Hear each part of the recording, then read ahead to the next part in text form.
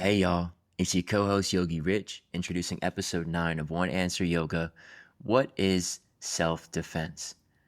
We really emphasize the maternal instinct to protect their young, the paternal instinct to protect the clan, and how that manifests in all of us, regardless of male or female, and how that might magnify on a societal scale, say the military, the police force, the different things like that.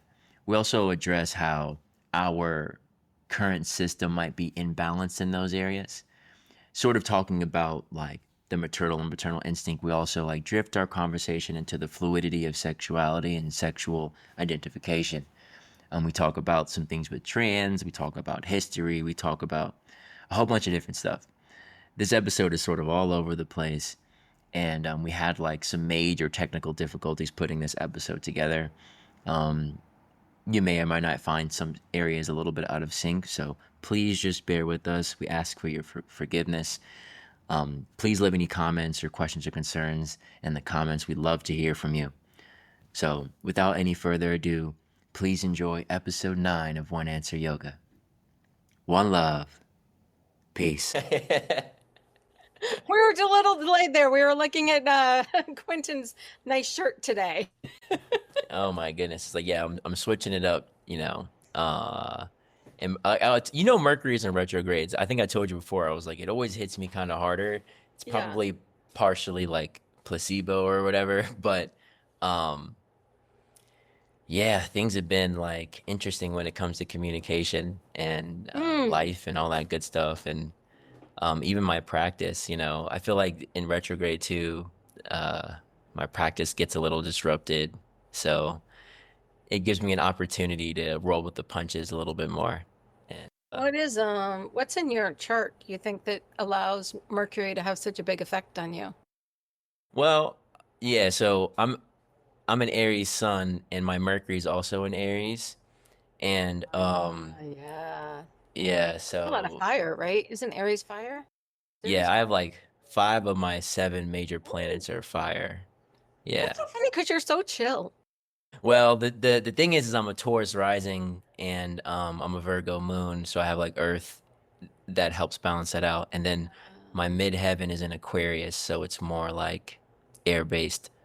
And but I'm very excitable, like, and I would say I'm more of a physical person. Like, if you're around me, you'll see like you'll notice my energy is like, I always say to my homies, I'm like, if you're around me, you're gonna get a workout.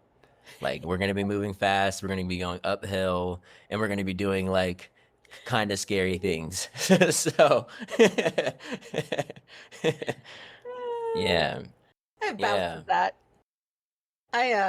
I'm a Cancer, but Mm, I think I've got some Leo up in there that gives me a little spice. I Makes me a see little it. spicier than a normal Cancer would be. Yeah. Yeah, I like that combination. Like, Safa's birthday is the 24th, right? So she just turned 30. And so she's a Leo, but she's very close to Cancer, and she's also a Leo rising. My mom's daughter, my sister is a Leo, and then my dad's daughter is a Cancer.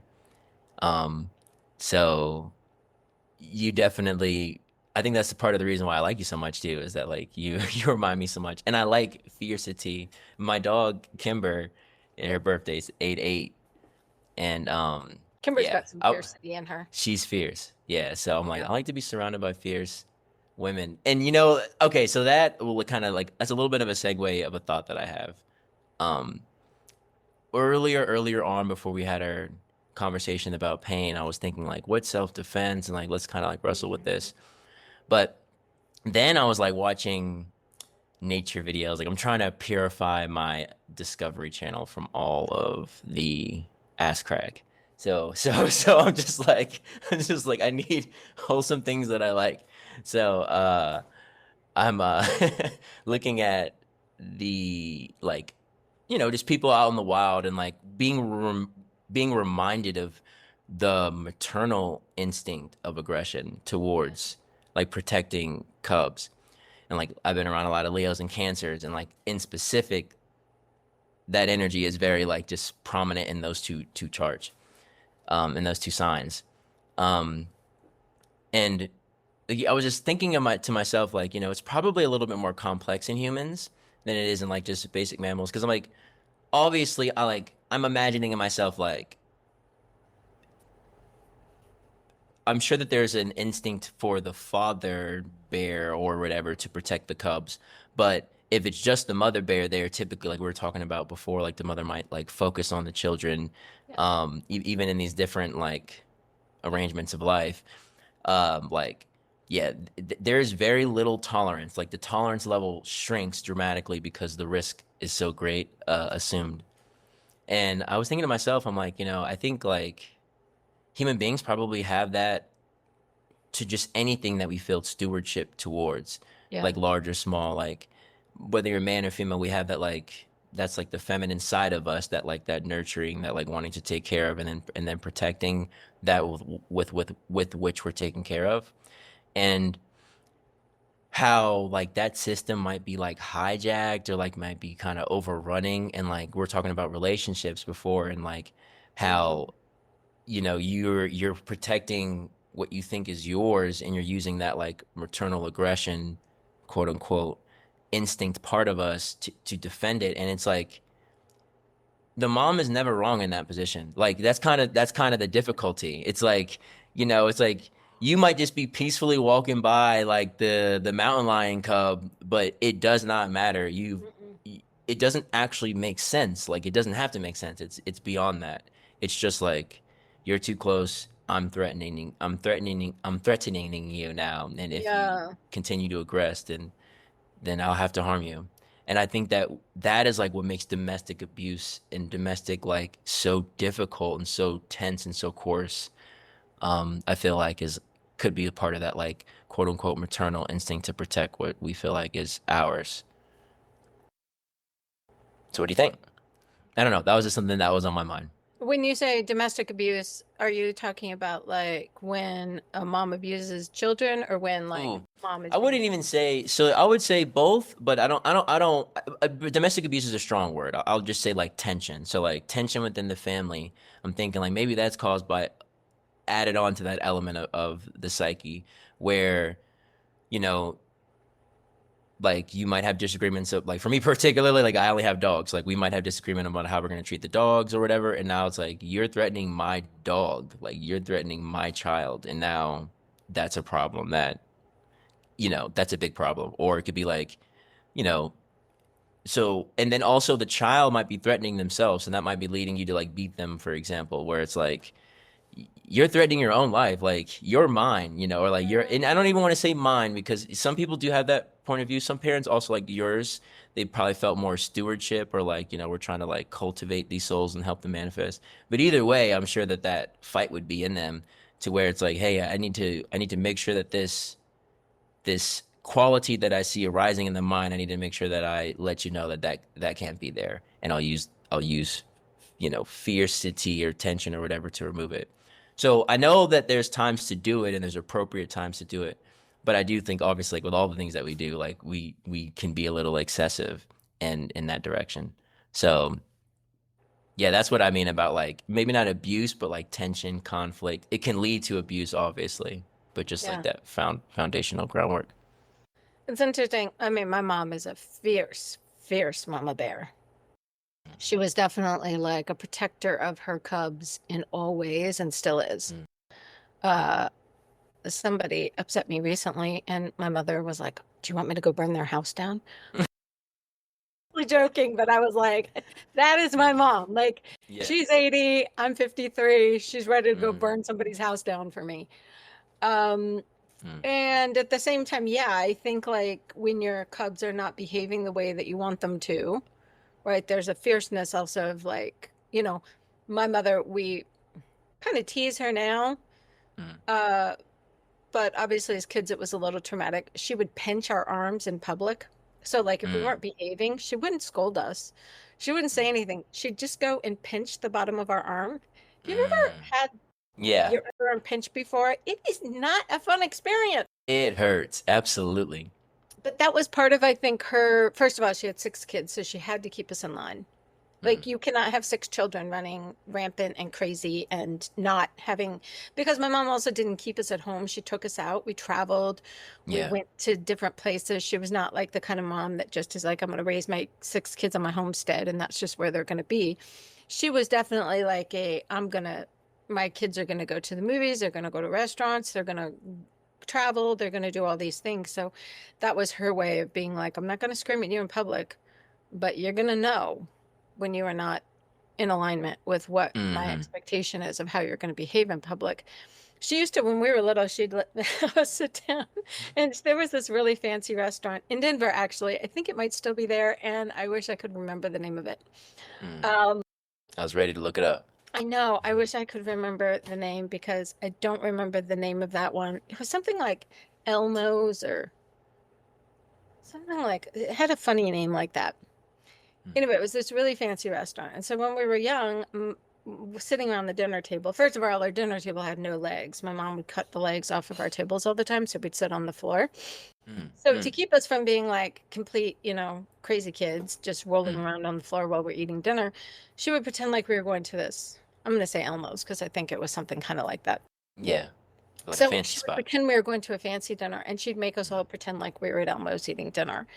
And my grandfather was in professional baseball. So, sometimes they would go to this restaurant that was really fancy and had all the silverware and all that kind of stuff. So she'd make us pretend like we were eating at this place, which is totally, I'm sorry, I'm so not focused on this story right now because as I was talking about restaurants in Denver, I remember we Mm. used to go to this place called Casa Bonita, which you and Sasha Yeah. check Yeah. out if you haven't Yeah, been we've there heard of yet. it. We've heard of it. We've driven past it. Oh my The God. pink place. Yeah. Oh They my used to have goodness. like cave divers that would dive off the like cliff and Yeah. cliff divers and they drive into this pool and like as a It kid, is Casa dramatic. Bonita was just the most, I mean, Yeah. did on me. I would love to go back there one day. Maybe when we come visit, that's where we'll go. Is we'll go to Casa Bonita. But Can anyway, I pause? Well, I was gonna say like this is like that spot like that. There's a new spot called Meow Wolf. Like there's places like that are only around here that are like so out there, but like all about fun. Yeah. and this place has been there since I was a kid. I mean, Casa Bonita's got to be like 50 years old now, at least. Yeah. Probably Yeah. older because probably it started back in like the 40s or 30s or I don't know, something like it was not. You could tell it was not like something that probably got created in the 70s, but we'll have to look up the history of Casa Bonita. Mm. Um, but anyway, I Yeah. digress this morning. Yeah. Um, so yeah, I think that instinct to protect, like I know that I'm very protective of Henson. If other people try to like correct him, do training stuff. I mean, obviously he's also a service dog, so I'm very Mm. specific about who he interacts with because it's important that he bonds only with me. But that 100%. natural instinct to be protective of your young, I think is like, I mean, I'm very protective.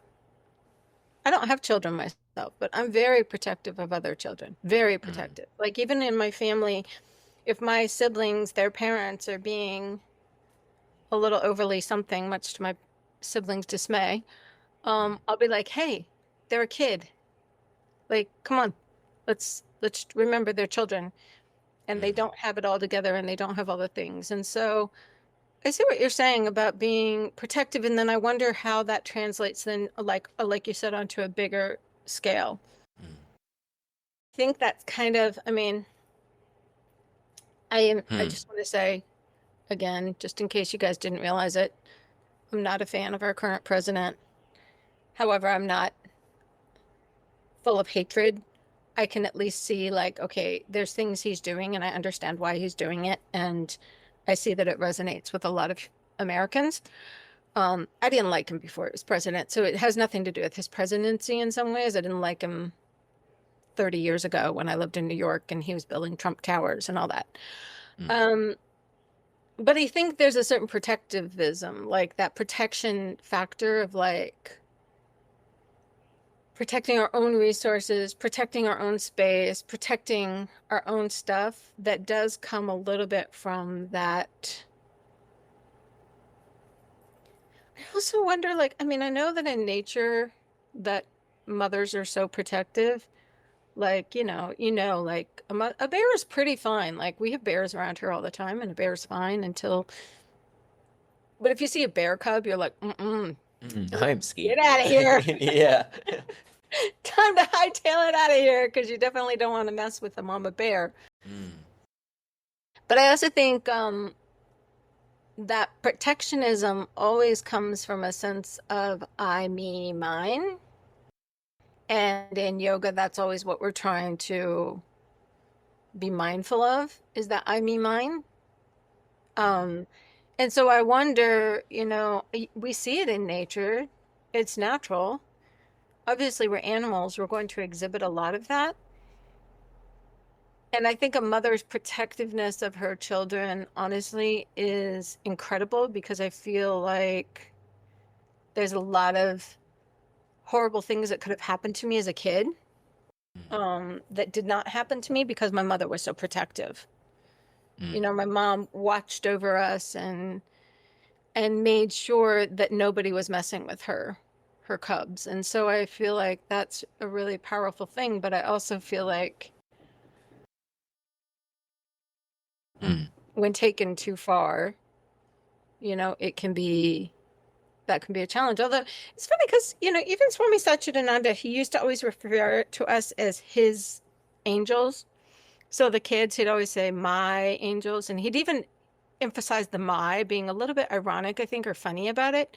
Mm. But even in him, he always was very possessive of us in the sense of like protective. He was incredibly protective of us.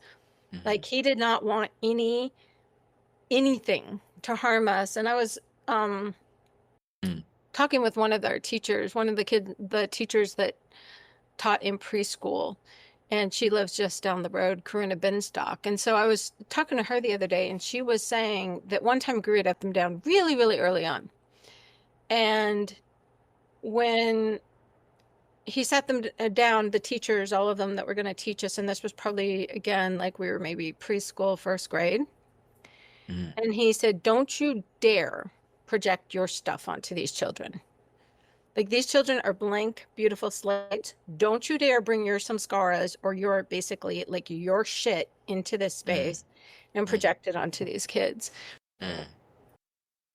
So here's an enlightened being who Mm. also, that was still one of the human Mm. manifestations, even though he was enlightened. I say there's also still a lot of humanity. As long as we're in a human form, we got to be human, right? And so that was one of the human things. And I think that even many enlightened gurus or beings. Look at Amma, she's very much mother energy. She's Mm. very much that protective mama. I mean, literally all she does is hug people all day long. What could be more mama than I'm Yeah. just going to hug everybody all day long? And protective, right? Like a hug is such a protective thing. It's like, sorry, I'm so animated today. Oh yeah, it's okay. Let's get it. Like hitting It's my mic. Leo. Imagine like a hug is so protective. It's like literally wrapping your arms around someone and keeping them within that safe sphere of your arms. And like when something, if there's some sort of attack or a building is falling, whether it's an earthquake or a mass shooting or Pompeii, the Vesuvius exploding, we Yeah. have throughout history people protecting others with their arms, like wrapping their arms around them Mm. in a protective manner to try to keep them safe. And so isn't that kind of what Amma's Mm. doing on like a mass global scale? Like I'm going to put my arms around every single person I possibly can. Mm. That's That's crazy. interesting. I mean, what's interesting about okay, so I mean, there's a lot of different things there. So let's put it this way. It's like, you have like I have two dogs. So I have Kimber, who is a female, Akita, and Toph, who's a male. Like I'm not gonna say they speak for all of them, but stereotypically male dogs pee a lot more and they try to mark like broader areas around the space. And like, you know, I agree with you, like switching topics a little bit, like I'm not a partisan. Like I kind of think it's kind of like corny. To me, it's a distraction from the fact that like partisanship or like just this versus that makes it feel like they're not the same whole. It's almost like having a quarter and then debating on which side pays for things, and it's like no, the whole quarter is what's being used to create whatever it is that you're talking about. Yeah, And and I like feel to me like it's there's just, a lot of stuff that gets lost in this partisan. Like you're forgetting that 100%. there's a whole group of people that actually have needs and you got Really. to take care of them, but you're so busy like separating out saying this person did this and this person did that that you're forgetting you got to like feed the masses even. Yeah, 100%. And like that's that but that's a reflection of the family. There's very much that energy in our household where, and I mean, even like the parties stereotypically, they represent like masculine and feminine energies within the household, say, for example, where it's like, hey, we need to be like, and, and to me, it's like as I'm getting older and like obviously being married and like being in partnership with like dogs and stuff like that, it's like, no, these are like very much two halves to the same coin. So that paternal energy to protect is like, there can't be things in this territory that we don't know about. This is the territory. And ironically, I looked up Trump's chart, like just to see what I could find. Yeah. So he's a Cancer sun and he's a Leo rising, allegedly. So Oh, that's everything about that's kind of like what I am. everything about it makes sense because Leos, when threatened, Maybe that's why I if don't you think so much. no, to me, I mean, like, and you know, it's funny because like from my point of view, it's like it is what it is. Like to me, it makes sense that that energy would be the most prominent energy at this time, and it just is what it is. Like all my life, like think about what he does. Is like he builds hotels, like in golf courses. Golf courses is the play part. Hotels is like the housing unit part, and like that very much gives that energy.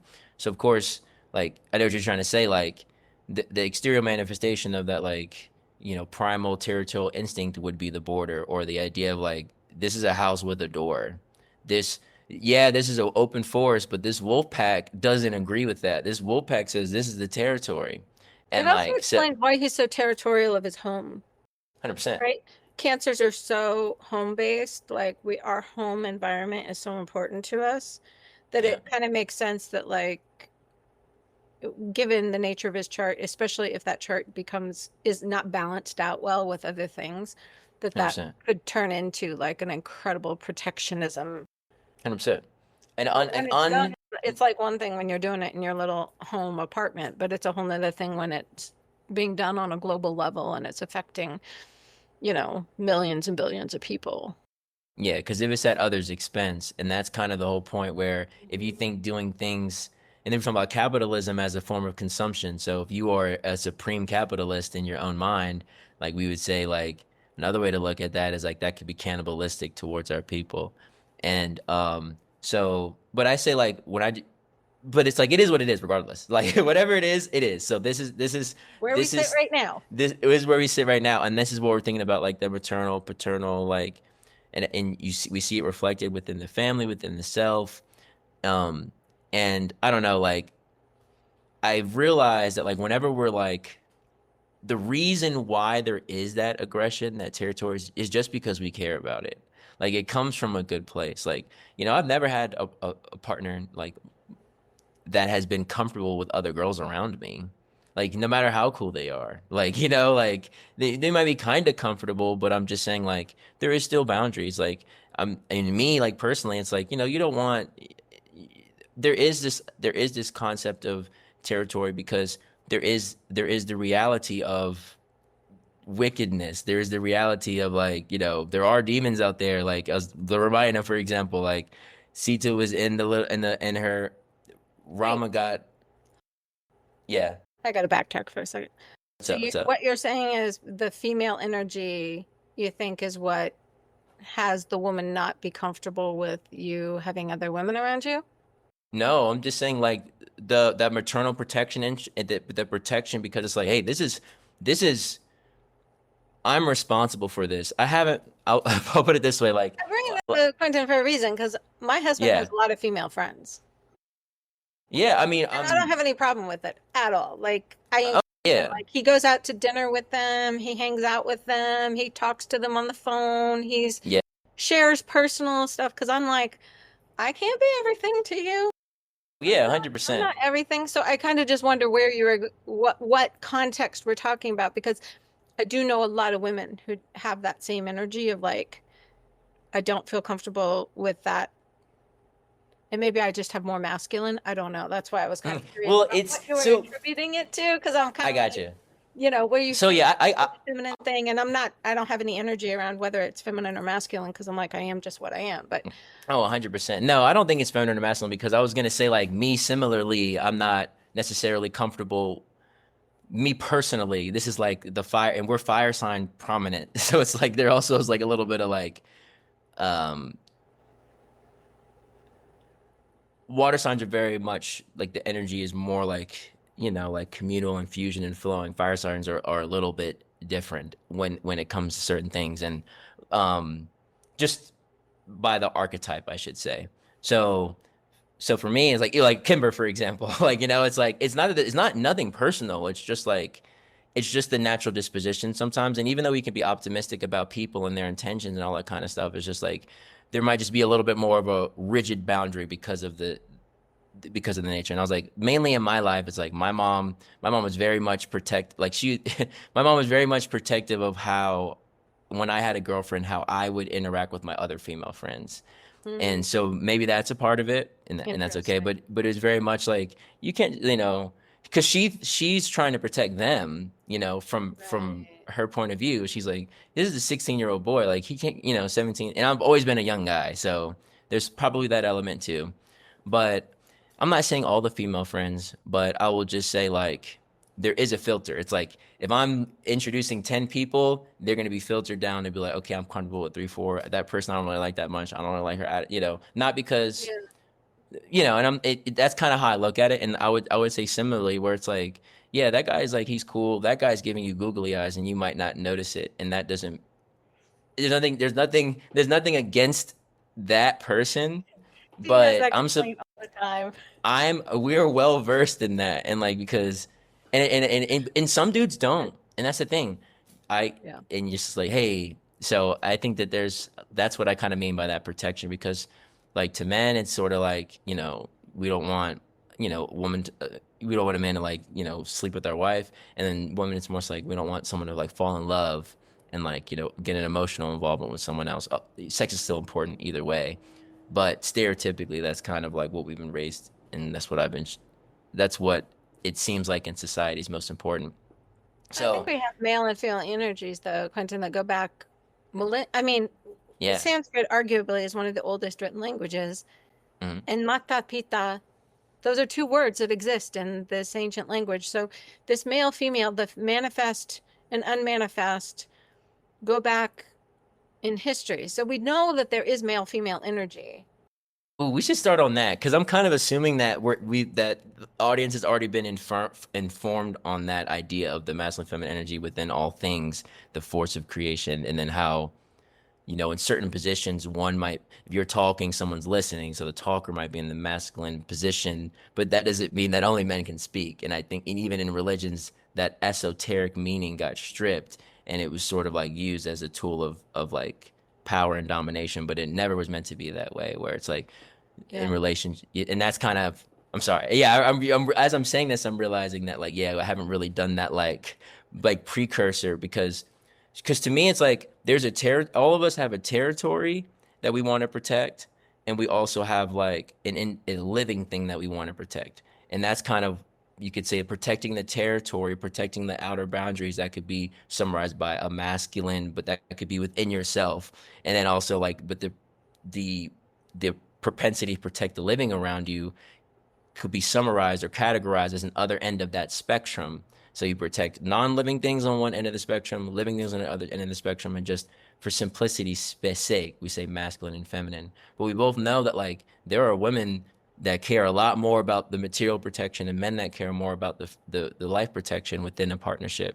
Yeah. That doesn't mean that man is less masculine or feminine. This is just like a way to describe an expression of life rather We know than that, like like, box people down. culturally, that was these things were given certain. So like if you go back, right? Okay, so like Yeah. unmanifest is considered to be the male energy. And then Mm, anything that's manifest is considered to be female energy. That's mm, what these ancient yoga teachings say. So mm, anything you see, anything you're experiencing, everything on this realm, everything in this plane, everything that exists as we know it to exist has a feminine energy because femininity is that creation, right? Like the mm, whole idea of creation is a feminine energy. So everything that's been created that God created, God unmanifest, whatever you want to call it, created, has got to be a feminine energy. mm, Then, of course, we have physical aspects of our male, female. Of course, now we're in a time where gender is very much things that we had assumptions around for millennia, we no longer have assumptions around because now you can literally change your physical gender and all the characteristics of your physicality to match whatever's going on inside of you. And so, for me, I have two trans nephews, and it's extraordinary to watch them change from a feminine dominated hormonal energy to a mhm, masculine dominated hormonal energy and how that has shifted them um, personality wise, expectation wise. So we talk a lot about like my nephew Van, we talk a lot about cultural impacts of what's expected of him from a female to a male energy. And it's pretty fascinating. Like one thing he said was like, now being a man, nobody has any expectations of him. If someone says something in a room and he just doesn't respond, he said there's very little expectation. He said mm, nobody expects him to like get up and do things also. Like if someone's like, "Hey, can someone get up and, vacuum the living room?" He said it's weird because like he would not be the first person that society would turn to do that anymore. Whereas before mm, there was always like this expectation as a woman that he was going to get up and like fix whatever issues were happening.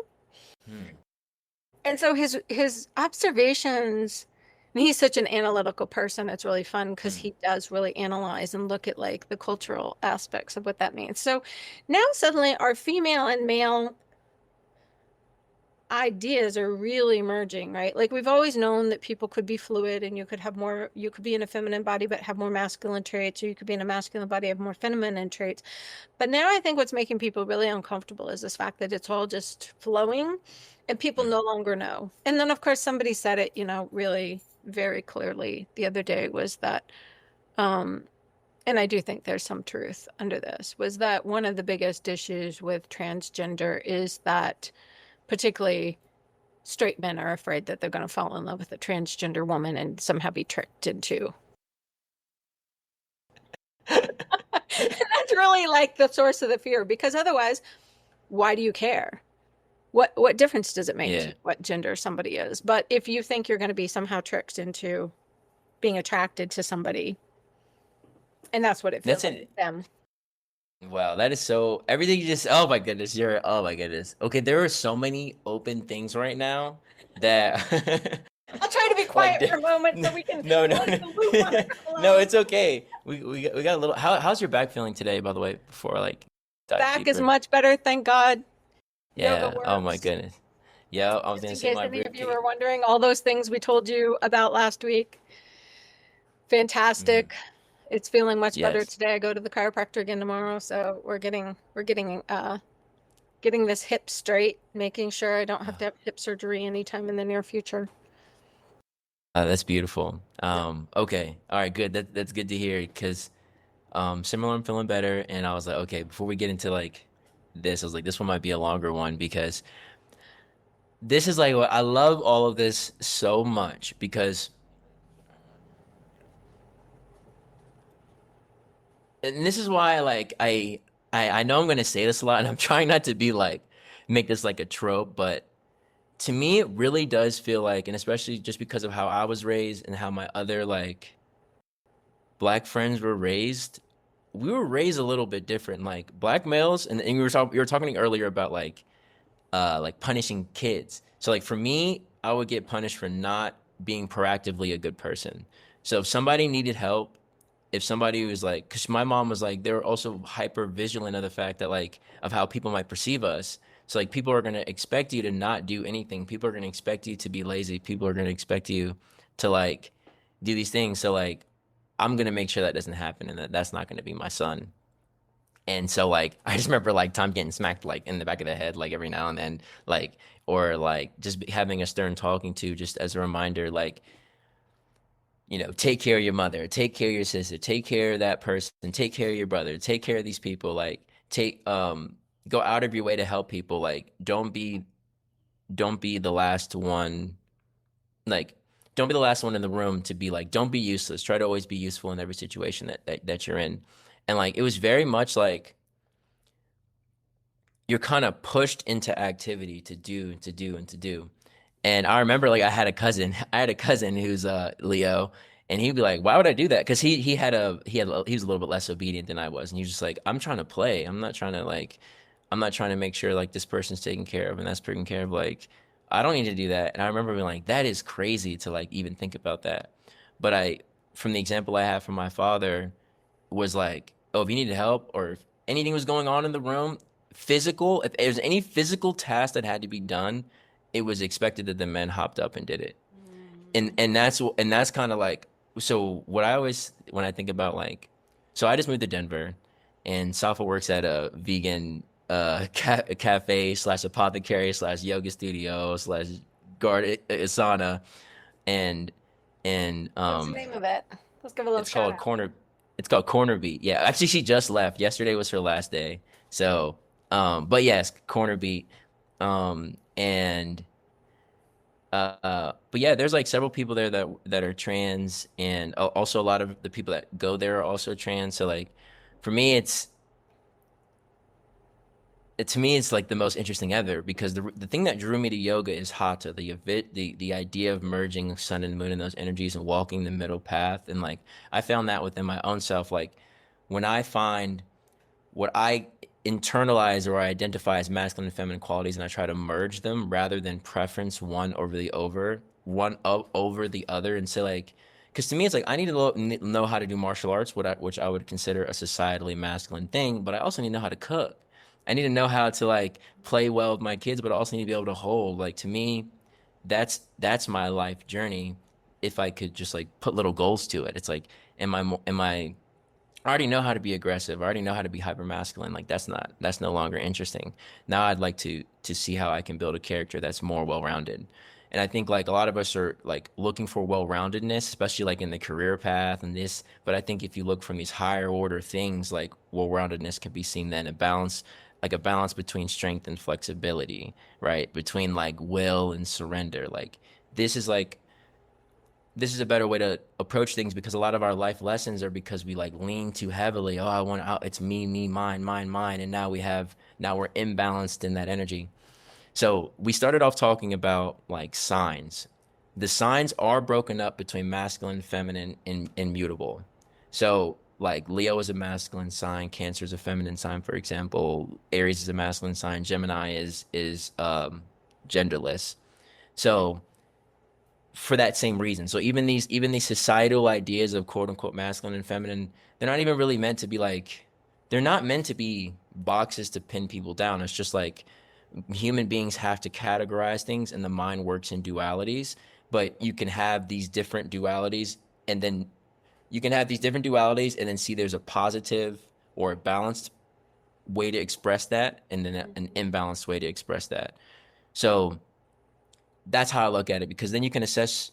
A lot of us are like, how do I know if I'm doing the right thing? And it's like, how do I know if I'm acting in balance? Well, it's like, okay, if you learn about a little bit about the qualities of Leo, you can look for them within yourself and you can say, this is the balanced quality of Leo and this is the imbalanced quality of Leo. This is the balanced quality of Cancer because they're two sides of the coin. It's like your vices, quote unquote vices, and we're using good and bad, but this is all just tools that the mind can use to help discern because ultimately like we still have to bear the consequences of our action. If you act in a way that's harmful, you have to bear that consequence. So if you can learn tools that in wisdom that like helps you act in a way that won't generate that negative karma. I feel like that's what we're here to do. So like there is a balanced way to be in Cancer. There is a balanced way to have a territory, and it's like there is a balanced way to play and to express like that need to grow and almost like be show off and almost like flex. It's like there are balanced ways to express ourselves,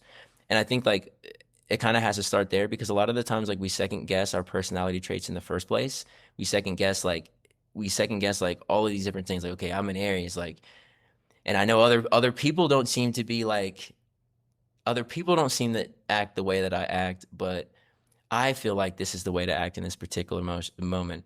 Radha, like, you have that strength in you to be like, like, do not treat that kid like that. And you also have a role model in which you have someone who's like, do not treat these kids like that. And what happened? People sat there and was like, okay, we won't treat those kids like that. Like, and because some things need a little bit of a brute force instrument to be addressed. Um, okay, let's go to trans a little bit. What I love about like the trans thing and a couple of the misconceptions about trans is the idea is that like all the people like a lot of the idea about trans, and even with the kids, is that it is like people are watching haters. I'll say people are like, oh, they're just watching TikTok, or they're on social media, or this is there's Euphoria and all these different things that come out, and now all of a sudden like kids are just watching this and they're turning into this. And it's interesting. Like Andrew how they say, it's Huberman. like all of a sudden, like it's not been happening for, It's like all my, it's forever. funny. Do you know Sierra? She was a singer. Sierra's like a singer, Uh-huh. early, 2000s kind of singer time frame.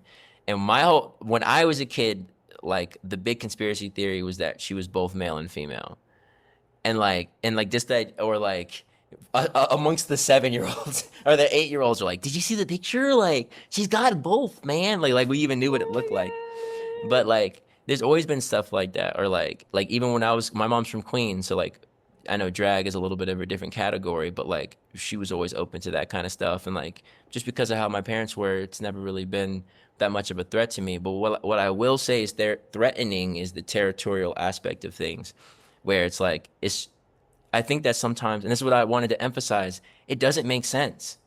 It's just because you're close. I think that sometimes we try to intellectualize it, or hope that others can intellectualize it and overcome that instinct.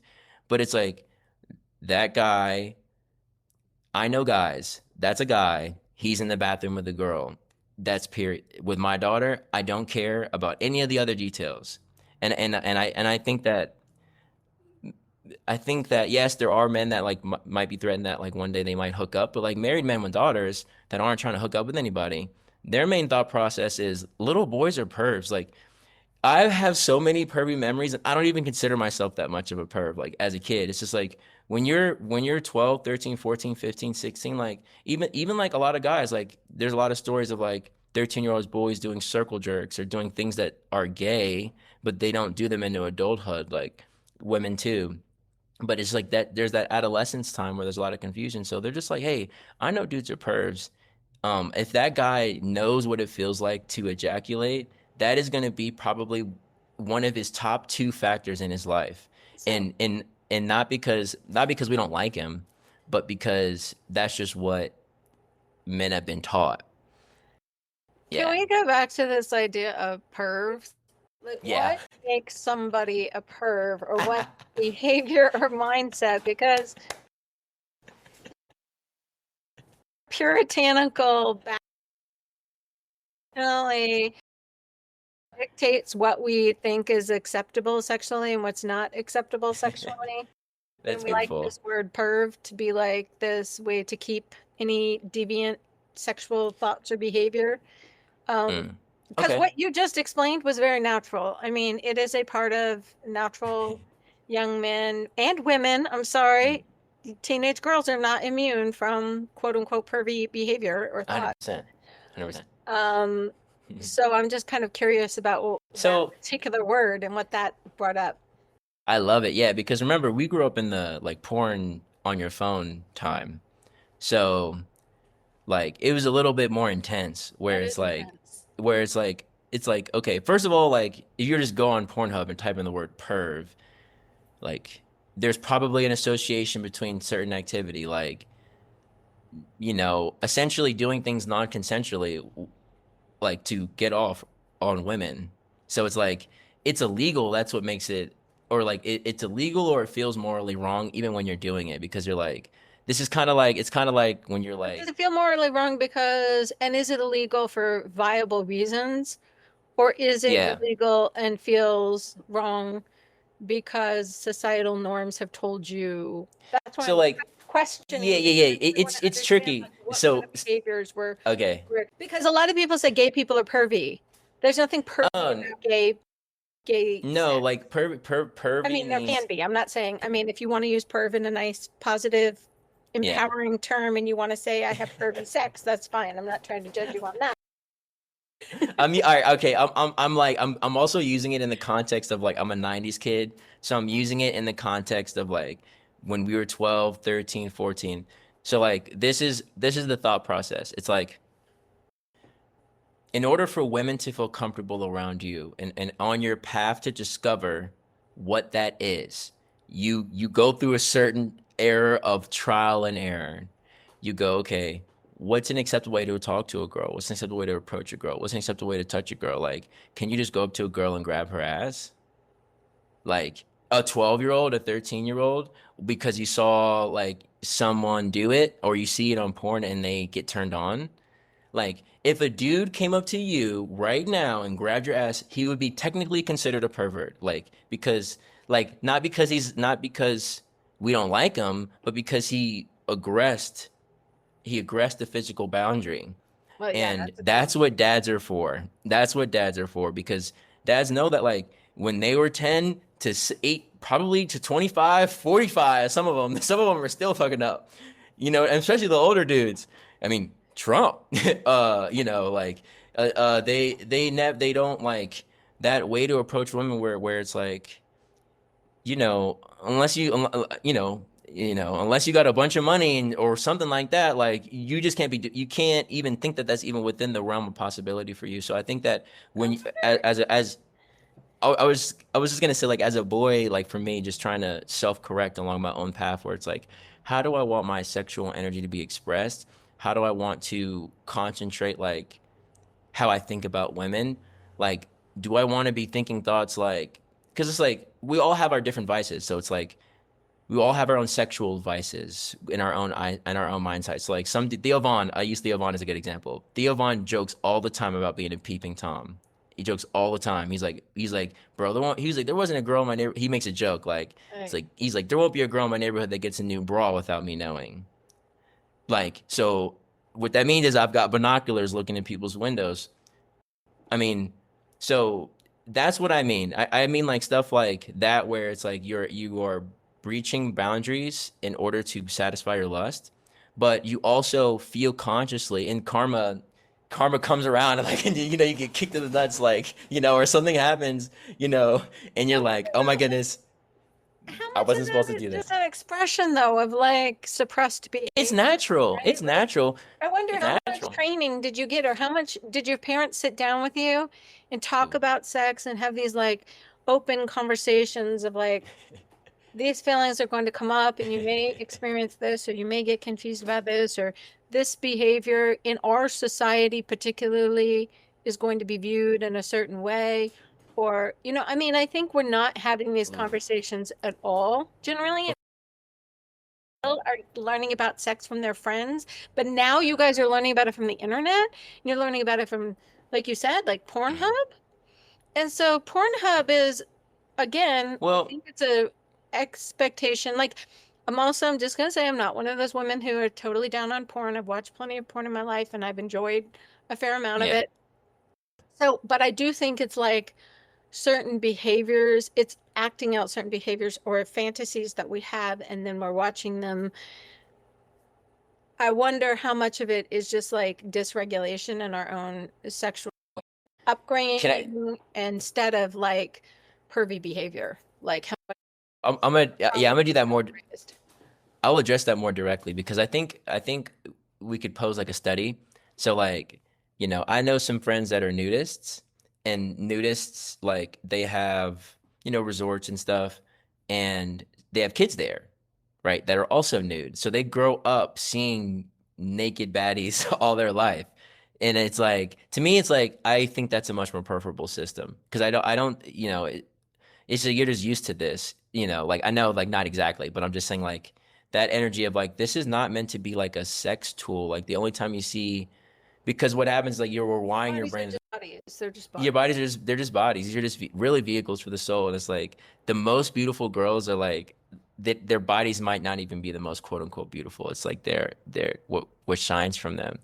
And so for me, it was more so like this was my idea of like American public system sexual culture. And like this is Virginia, which is like was a conservative state um most of my life. So I say, just so you know, Virginia in general was very conservative. It was only when Virginia Beach and Northern Virginia started growing up that we started turning into a blue state. So it's true. For most of our yeah, lives, we lived in a very conservative state. 100%. And like Stafford County specifically it was conservative. And so there was kind of dual purposes of sex because first of all, the elephant in the room is by the time you're 5, 6, you understand there's sexual pleasure. Like you understand that there's a spot that feels different than other spots in your body. So I think it really has to start there. So your sexual curiosity and your sexual expression typically starts to manifest kindergarten, first grade, second grade, third grade in your relationships with others. This happens a lot with little girls too, by the way. Like little girls will be told, 100%. stop touching yourself. 100%. Oh Like yeah. thing that like very early on, you have to teach little girls to stop touching themselves. Exactly. So like that is like probably that's the first like drop in the bucket of like perv, right? Or like, that like and like for me as a yogi now, like and like being more introduced to like different practices is like I believe that you should have a pleasure practice that like well, while you have a vehicle here, like that doesn't mean that you're not meant to experience sexual pleasure. It's just not meant to be selfish and at the harm of others. And to have a better sexual life is like I think you can do that. I think that that's something that you can, and I think interestingly moderation and practicing celibacy or like not always overindulging and pressing that button helps to have a better sexual life. So I just want to put that in there. Now the way that we were kind of taught about it was like, okay, now you have these urges, and it's like it was all about like the mechanics of sex and the laws around sex. Like this is what you can do, this is what you can't do. We're the teachers. This was like fifth grade for most of us, unless and some parents could not have their kids go to these classes. And after that, it was like fifth grade. By fifth grade and sixth grade, it's like 1 and 2 of like sperm, eggs, tubes, menstrual cycle. There's such a thing called a menstrual cycle, and that's kind of it. But like, if you're a person like me, it's like, look, I'm a martial artist. It's like I'm trying to get from white belt to black belt. So I'm like, I'm trying to learn how to make love from a white belt to a black belt. You know what I'm trying to say? And like, when you're, so that's the thing. They put love making on your mind. So now you're 11, thinking about like, okay, well, if it, and all the songs are like, you gotta, and being black, it's like you gotta be able to throw it down. Like, you can't just. So It's not helping. there's a huge element of basically like you need to be good at doing this. So that pulls you to porn because it's like, well, this is the main place where people are like allegedly really good at making love. Or I can learn And how to even do it because I have no idea. Nobody ever taught me anything about how to do it, right? exactly, exactly. And I think that sometimes that like that, and we're talking about like what's that force that causes that like suppression, and I think it's that protection instinct because we know that like how strong it is within our own selves to like draw us away from our families. Like the first girl I had, the first real girlfriend I had, like how did we meet? Well, she was sneaking out of her house to go see me, and like her dad was a cop. He pulled up to my house the next day with his gun on his hip and was like, "My daughter's too young to be seeing boys. I do not want to hear your name or see your face for at least another 6 months." So Well, like, that wow, right in and of so that so that guy, probably started all issue flurry of issues right there. yeah. Like Well, it worked out in the having your end. It first worked out. experience and then all of a sudden being threatened by a cop about it. That's deep. 100%. Yeah, she got caught. I was like, "Why'd you run?" And there, it was so funny. It's everything's funny now in retrospect, but at the time, it was like, I can see that, and I can see like, I can see it. So you have this little, he had four little girls too, particularly, and he was a military man. So like most of the, and a lot of the guys that I was around growing up, they were all military men primarily or government workers. So they were just protectionist by trade. And then Yeah. so everything else like trickled down. And well, I didn't really get a chance to really dive into the trans thing because I think this is like a good segue into like really like honoring and respecting this space because when I think about like scripture and like these different folks, like you're kind of trying to transcend these like societal dualities and pressures that are placed on you and like operate from a more authentic space. Like in the yogic system, there's the unmanifested as the masculine, the feminine, the manifested, but then like you can kind of break that down too, where it's like there's thought and then there's like action, or you could like you can just break them this elements of two sides of the coin and down into everything that's like created. And what I think is like so beautiful about our people is like we've been so imbalanced that I think the creator was just like enough's enough. I'm going to manifest a generation that like will not comply by this. Like, and I think like we could say there's environmental factors, there's societal factors, like, all these different things that could be contributing to it. But either way, at the end of the day, this is the thing that's happening. I've met a lot of people that had transitioned that didn't even know other people were transitioning. Like a lot of people in Denver here, they're from South Carolina, they're from some rural spot where they're like, where them and their partner are like the only two people that are really feeling this shift, this wave. Oh, it's so lonely and heartbreaking, right?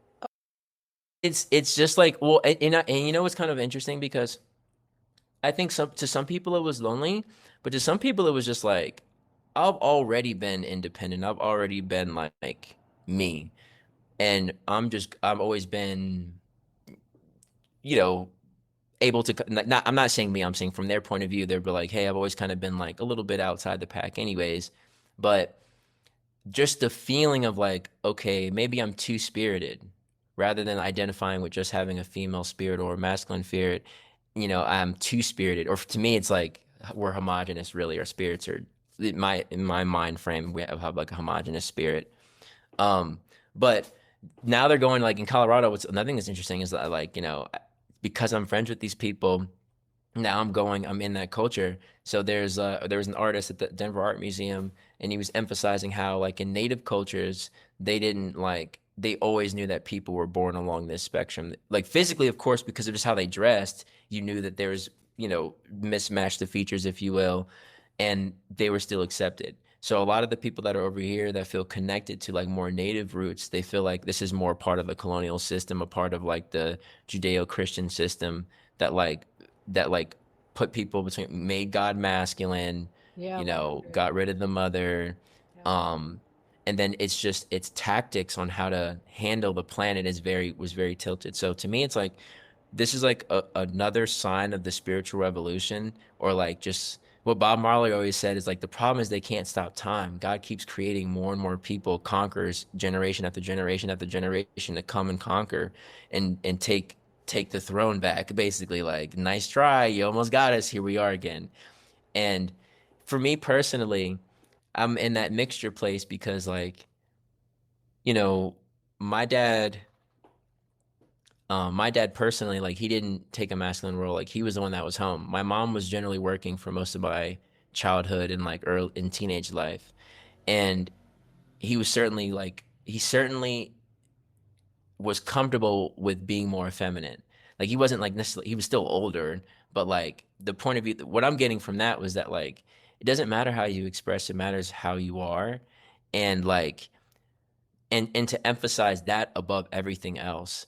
And I think that like a lot of folks that like when you start to judge trans folks, like you don't even actually know these people that you're judging, and like, or even getting to like know. But like as I've gotten to know them, all the conversations that me and you've had, Radha, they can hang with it. That a lot of these people are very like involved in spiritual Yeah. life, and they're very like interested in, Well, like, in they're other words, very they're high othering minded. them, right? Yeah, Why other than like there's something other than us? Like you think just because they're 100%, trans, they're different, they're not human beings with the same humanness?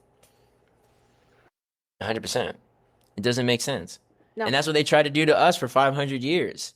So it's like, I know the trick. Yeah, exactly. It's It happens to anybody who they feel like is different, and different becomes threatening.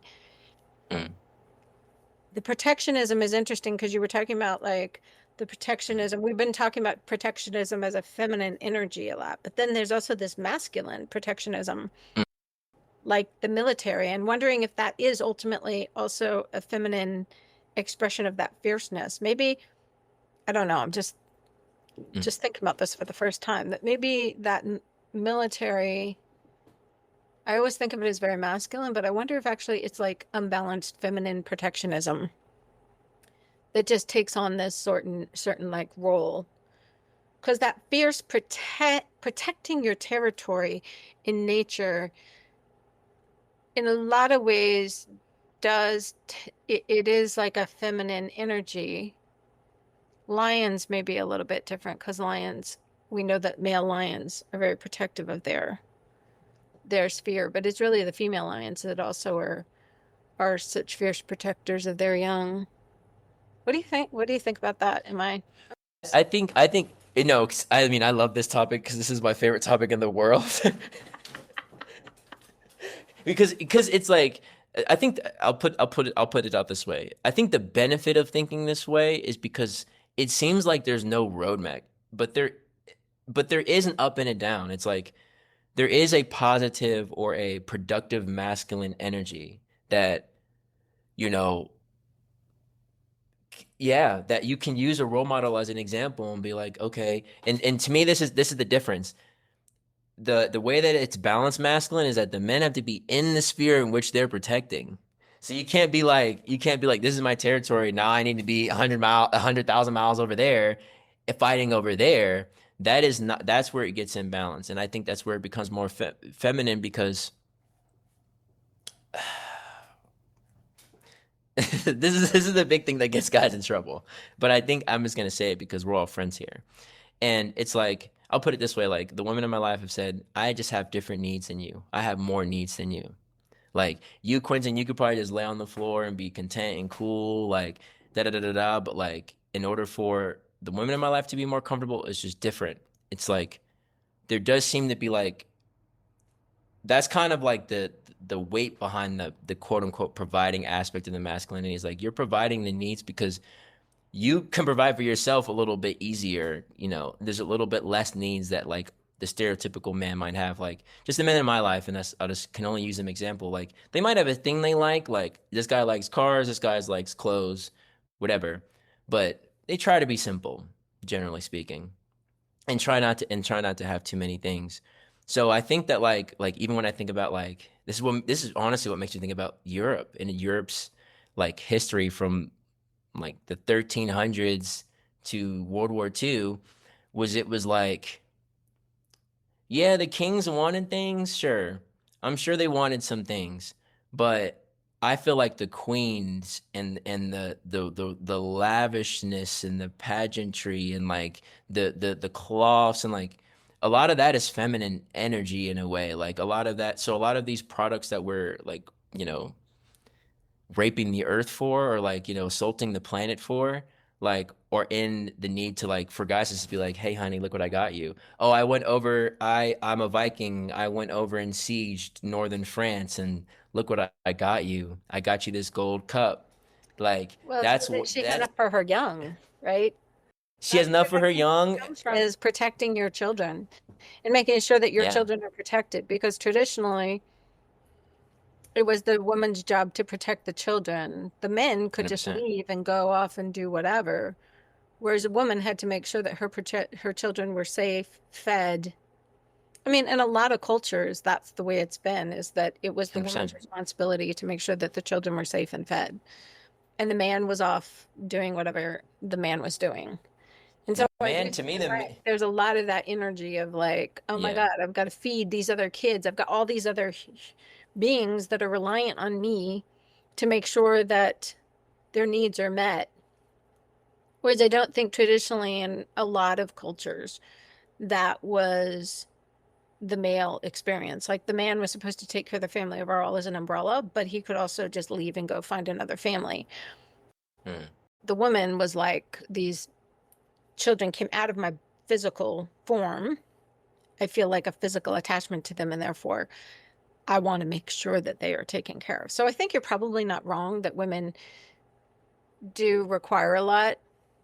Men are Yeah. very much like, I mean, it's even like a trope of like a Mm-hmm. man being very attached to the woman and the woman being very attached to her children.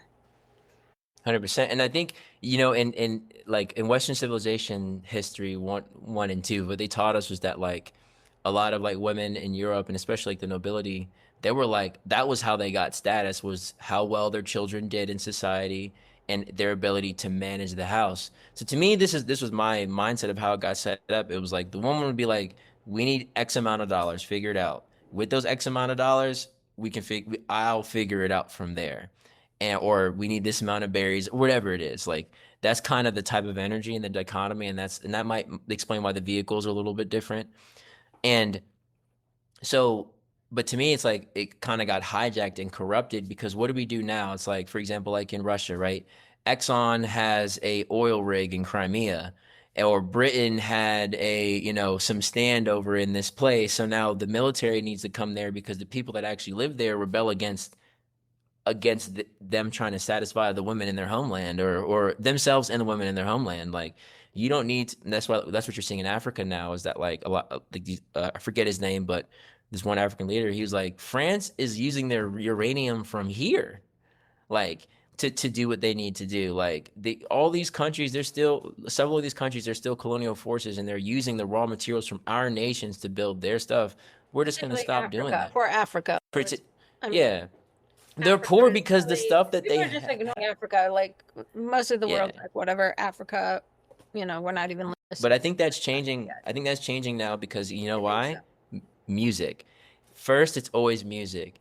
Like Hmm. the Jamaicans hit it up with Bob Marley because he kind of showed that area. But then, like now, there's a lot more Afro beats music that's in popular culture in America, and like there's a lot of people here from Nigeria and Ghana and these places that like they go back home and they're showing videos of them and they're in a nightclub that looks like just as nice as you are, back in your own hometown.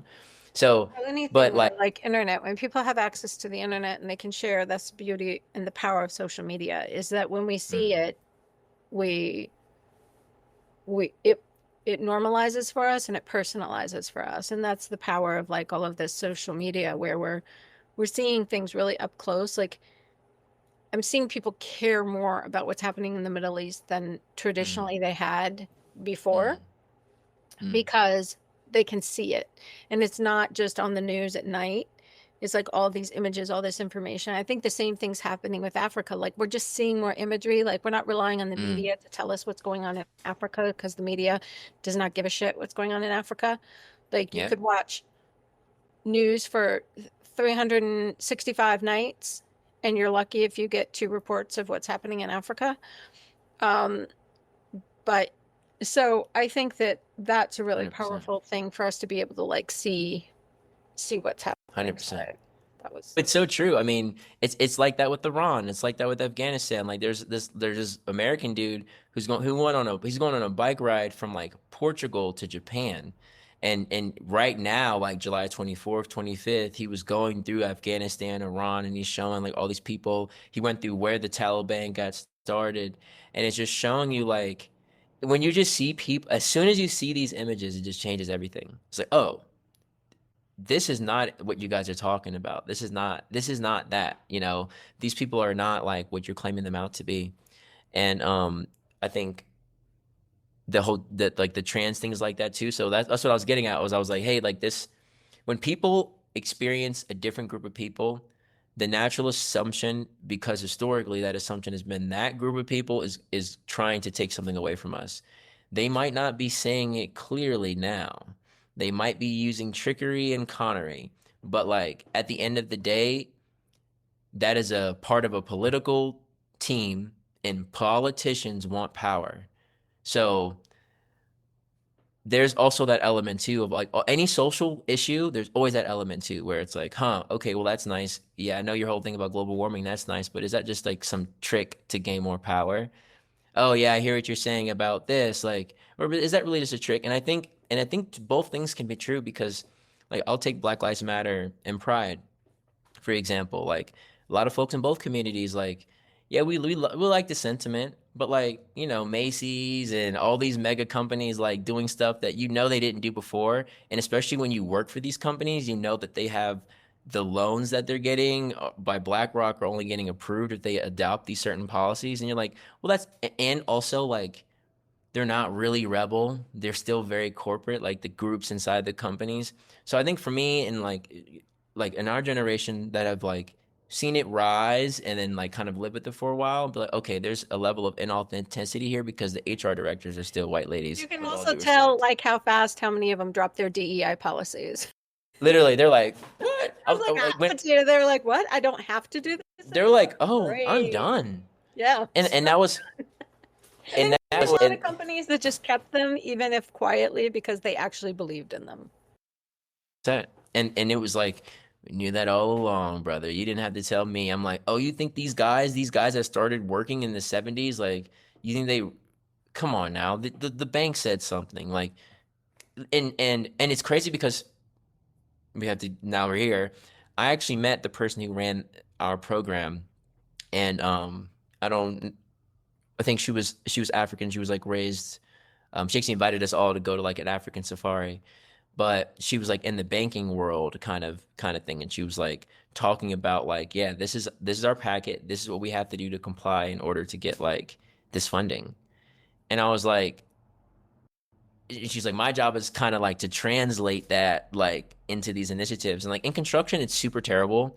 It's just so embarrassingly terrible because why is construction pretending like, and it's extra, yeah, because it's extra. We're all kind of rigid people. Like we're very hard nosed, direct, non philosophical like people. So it's like, and then it's like the other half of the people don't speak English.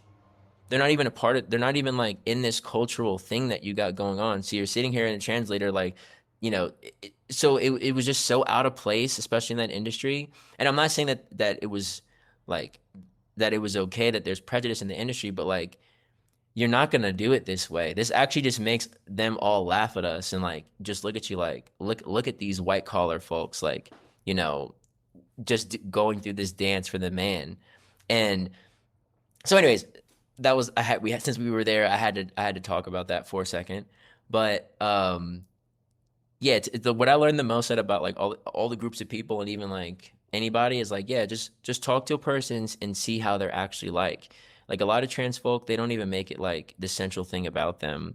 It It's shouldn't just a be the part of central what's thing going about on. them. Exactly, but it's Has like to be. They're politicians. humans and they're people who are complex and interesting. That's not, Exactly.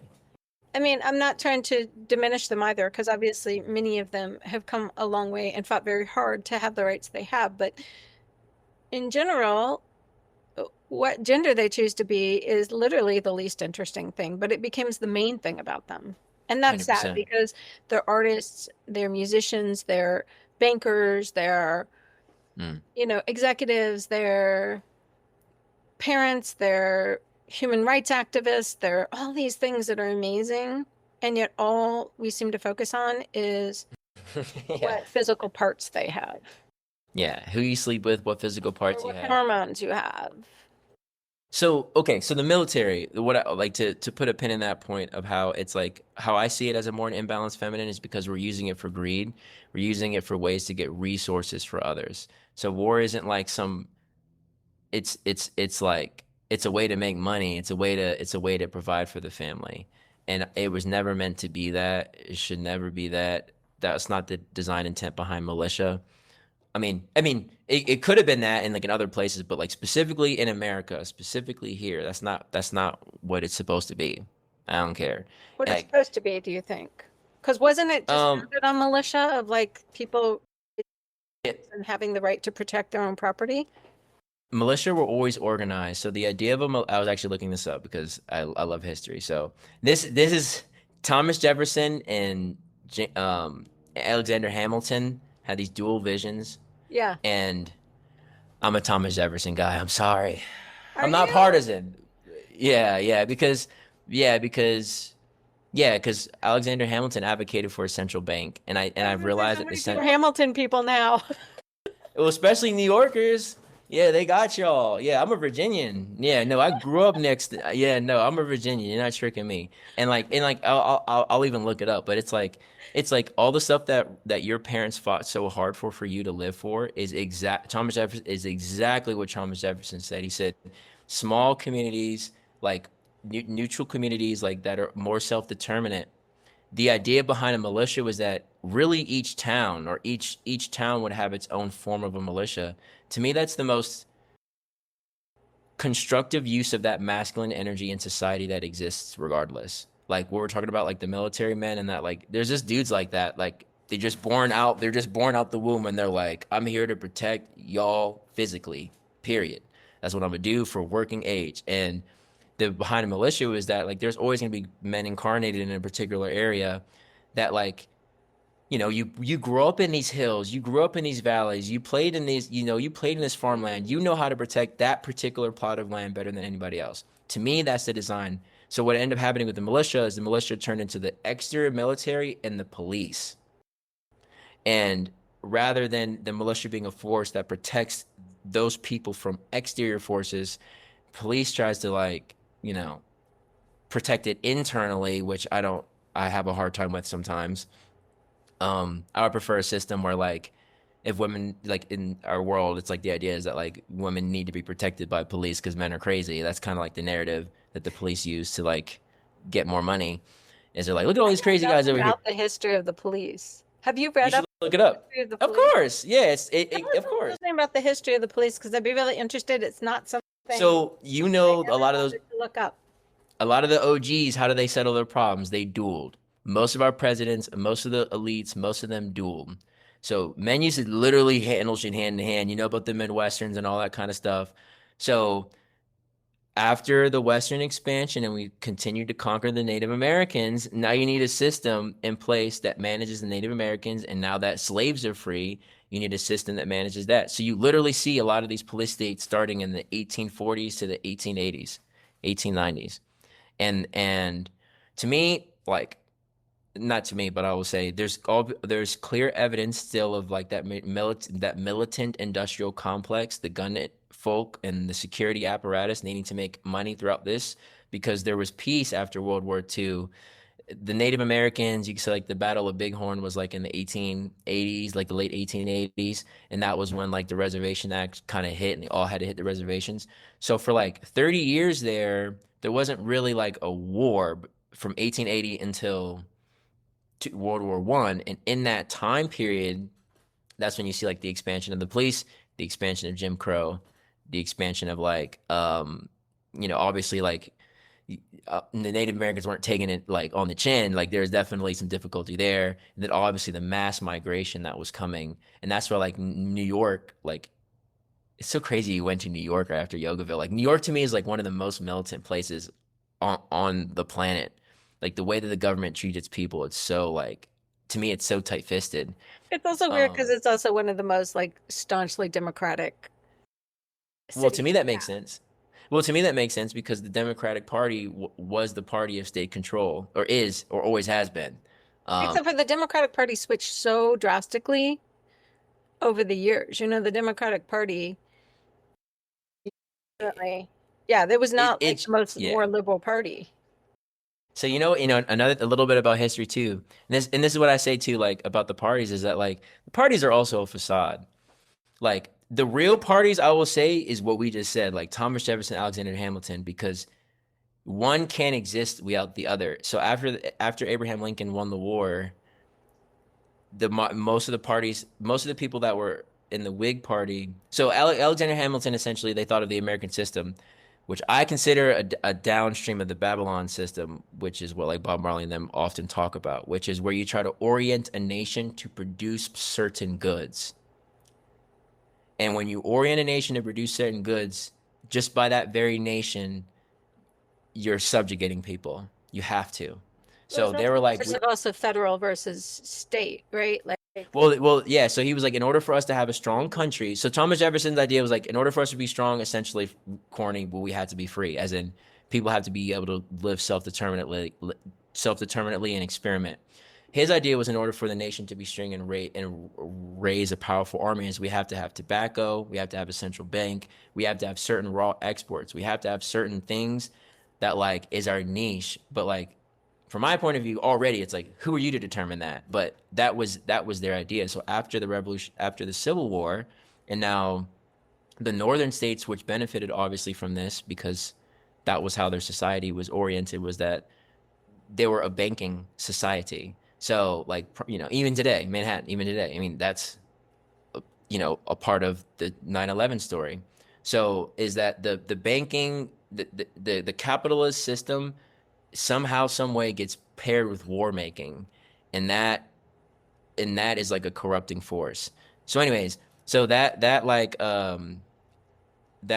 division there between them to me is still like the mainstream debate where it's like should our society have an overall plan at all that is spearheaded by a government that has the capacity to even plan ahead in the future for all of its people, or should the government's main priority be like I don't know what these kids are going to be when they grow up. I don't know how they're going to turn out to be, but like let's just like do what we can do to protect them from exterior forces and let them kind of flourish and thrive. And those two forces, I feel like, you know, those two forces expressed today is the police, the tight-handed, the smacking, the beating the kids kind of energy, and like which is unbalanced, and then like because it's fear-based and stuff. And then the exterior force is like we got to smack everybody else around because if we don't smack other people around, then they're going to smack us around, which is also imbalanced. So so I think that's where we find ourselves today. Um, okay, so we're going to tangent over here again. You keep Yeah. talking about how much you love Thomas Jefferson. Yeah. Um, there are many who say that Thomas Jefferson could have easily ended slavery at the time of the Civil War, and he chose not to because, first of all, he had children that he had fathered who were slaves, Mm. and that his relationship, particularly with, Sally Hemings, was that her name? Uh, was very problematic, and that he did not want them to be released and to be free, and therefore he made choices about how we would move forward. Because originally, I believe that particularly John Adams wanted the slaves to be free. He did not want black people to be continue to be slaves. And Thomas Jefferson fought very hard, and many people credit him as being the main reason why we ended up with Yeah. I this mean, we had. And I don't. after the revolution, he could have said, let's actually include black people. So I'm just curious about like what you think about that dichotomy, because you are one of the few people who Yeah, I have yeah. met who is such like who is not just a kind of privileged white male, who is such a huge fan of Thomas Jefferson. So I'm really curious because in my circles, it is not actually as popular to be such a fan of Thomas Jefferson if you are consider yourself to be a little bit woke. So I'm so curious about like how you wrap your head around that. And I think my internet just froze a little bit. So I think that Quentin's probably trying to speak, but I'm not sure he's actually hearing me continuing to talk. So I'm going to pause just for a second until our internet comes back. Awesome. I think this is the best question on the planet. Because I think like a lot of there's really two answers that are almost equally important. I think sometimes when you're not like a part of like the black community, for example, or I get this scene a lot where it's like it seems like slavery and the legacy of slavery is like the most important thing to us, but to me it's like most presidents had slaves as long as the slavery was around. I mean, even let's see, let's go all the way up because he wasn't the first president either, obviously, but he wasn't the first president. Um, there was already a political party against him, which was Alexander Hamilton, and but that's like kind of like little bit of details. But it was like there literally was a civil war. Like there nobody was intending to get rid of slavery. Like yeah, okay, he had slaves, but it's kind of like he had an iPhone. Like And like that's how I feel. It's like we know that the cobalt and the raw material. We just talked about it earlier. That's slave labor. Those people aren't really getting paid. You know what I mean? That's So Some that's like clothing, some of the what's clothing we may wear yeah, by honestly, slaves. honestly. I mean, even We we're know talking that. about It's not even a question. We like know it, and yeah, people still just are like decide not to pay any yeah, attention or care. yeah. So I guess to me, it's like okay. So then it's like all right. So out of the slave masters, let's rate him amongst the slave masters. We can start there. And I think that since at that time in our history, we don't really have a choice but to do that. Like me in particular, you know, you have to take everything with a grain of salt when it comes to any political figure. But I was like, I really wanted to get to the bottom of Thomas Jefferson's position on slavery specifically, and also knowing my positions on things right now that probably aren't in the right spot, historically, just with a little bit of grace. Hmm. And it's just being like, okay, so what were his positions? Okay, so his position was the world empire is Great Britain. Great Britain, with your permission or without your permission, will be bringing slaves here, right? All his life, right, until the formation of the state. Now there's a state, but they were still like, okay, Great Britain. His position that they said was written in his lawyer cases because he allegedly he represented blacks in law for like, as according to the law, if black people have rights here, then he felt like it was his right to defend that. Kind of getting into like his slave history, it was like he was 14 when his dad died, and he became the man of the household. And there was the way that most like chattel slavery was then is sort of like how it is now, where it was like you might not necessarily have a bunch of random slaves, but you have families of slaves. So like on the record, there's like three families of slaves that had hundreds of them in the families. So it was very much the way that it was like it was a little bit nuanced in that time because it was like it's not like a bunch of random people. It's like this is a whole family that is trying to stay together. Now the slave trade was different. When you traded slaves, you'd rip families apart. But like if you're a really rich person, like and you have hundreds and hundreds of slaves, like do you really need to trade that many slaves on a frequent basis? You're more so in the field of managing. And then when he turned 21, he got married, and a part of his marriage was overtaking the woman's half, and they also had hundreds of slaves. So Thomas Jefferson inherited slaves, and then I also looked in to see like if he got any more slaves, and it was unclear. But the idea was that he wasn't in the business of selling slaves; it was primarily managing the slaves that he had. Cool.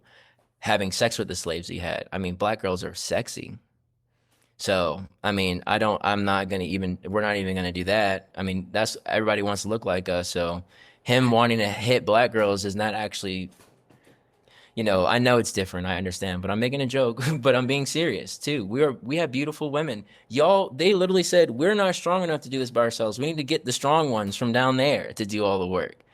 I Yeah. mean, and so like to me, like as a black person, that's what I'm saying. Like I have great pride in that story. Like y'all couldn't build us without us. Like you literally had to take us and and still we're here. And so what I was getting with the history of the police and how this ties into slavery is because his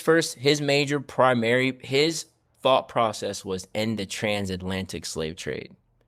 Sort of like it's almost like before you can like handle the criminal justice system, you have to handle like policing at the surface. And from my point of view, his stance on that was more favorable. His stance on chattel slavery, it was more so like you got to do one thing after the other. And right now, Great Britain and us, so we had to figure out a way. So during his presidency, he did put in measures to stop the transatlantic slave trade. Now, it didn't work. It didn't stay full time until Britain voluntarily stopped themselves. But Britain is over here talking like they're the ones. Britain. That's the thing. So that's the main difference between Alexander Hamilton and Thomas Jefferson. So I looked it up. I like while I was like getting my computer screen up, I was like, what's the difference between Alexander Hamilton and Thomas Jefferson? This is AI overview just from the regular Google, okay? Read it. Okay, cool. Alexander Hamilton, I'll start with them. Strong federal government. Hamilton believed a powerful federal government was essential for national stability and economic growth. He advocated for a broad interpretation of the Constitution, allowing the government to take necessary actions not explicitly forbidden. 2. National Bank. He championed the establishment of a national bank, arguing it would stabilize the nation's finances, create credit, and facilitate economic development. Economic vision. Hamilton envisioned an economy based on trade, manufacturing, and financial institutions, believing this would make the U.S. a global economic power. 4. Foreign policy. He favored close ties with Great Britain, seeing it as a key trading partner and a model of economic success. That alone, I'm going to stop right there. So, like, we just fought a war against these guys. And your next thought is, we should be just like them. Right. All right. So let me go to Thomas, because I'm like, really the question is it like, is it worse to do bad but advocate for good, or like quote unquote good, or a system that is like counter to the system that you actively participate in? Or is it better to quote, I don't even know if he had slaves or not, but let's say he didn't, Alexander Hamilton, or not participate but advocate for a system that would magnify that on large? And that's kind of what I feel like. So Thomas Jefferson, states' rights. Jefferson prioritized the rights and autonomy of individual states, fearing that a strong central government would lead to tyranny. An agrarian society. He idealized an America of independent farmers, believing in fostered virtue, liberty, and a connection to the land. Limited government. Jefferson favored a more limited role for federal government, emphasizing individual liberties and strict interpretation of the Constitution. 4. He favored an alliance with France, which supported the U.S. during the Revolution, and he generally favored a more isolationist approach. Let's see. The last thing I want to say is, in the reason why the Jefferson model of America is kind of like what we hear about America, or maybe this is just in Virginia, is because after the 80s, after the election of 1800, and also Alexander Hamilton died in a duel, many people shifted away from that way of thinking, and it wasn't until like the Whig Party came later on, and then Whig turned and partnered with the Republican Party against the Democratic Party. The Republicans came over, and that's when they established a lot of these larger things with federal power that we see now in the Constitution. And then, but I just believe like a lot of the people in my generation, what are they trying to do? Trying to work from home. They're trying to get farms. They're trying to settle down. They want to have space. We don't want to do these wars. We don't want to have we should have real currency, not based off of fiat currency, and there's a government that represents you and supports you, because so much of the federal system now is believed not, I mean, now we talk about it, but really, I mean, the federal system was not built to necessarily protect and take care of disenfranchised people.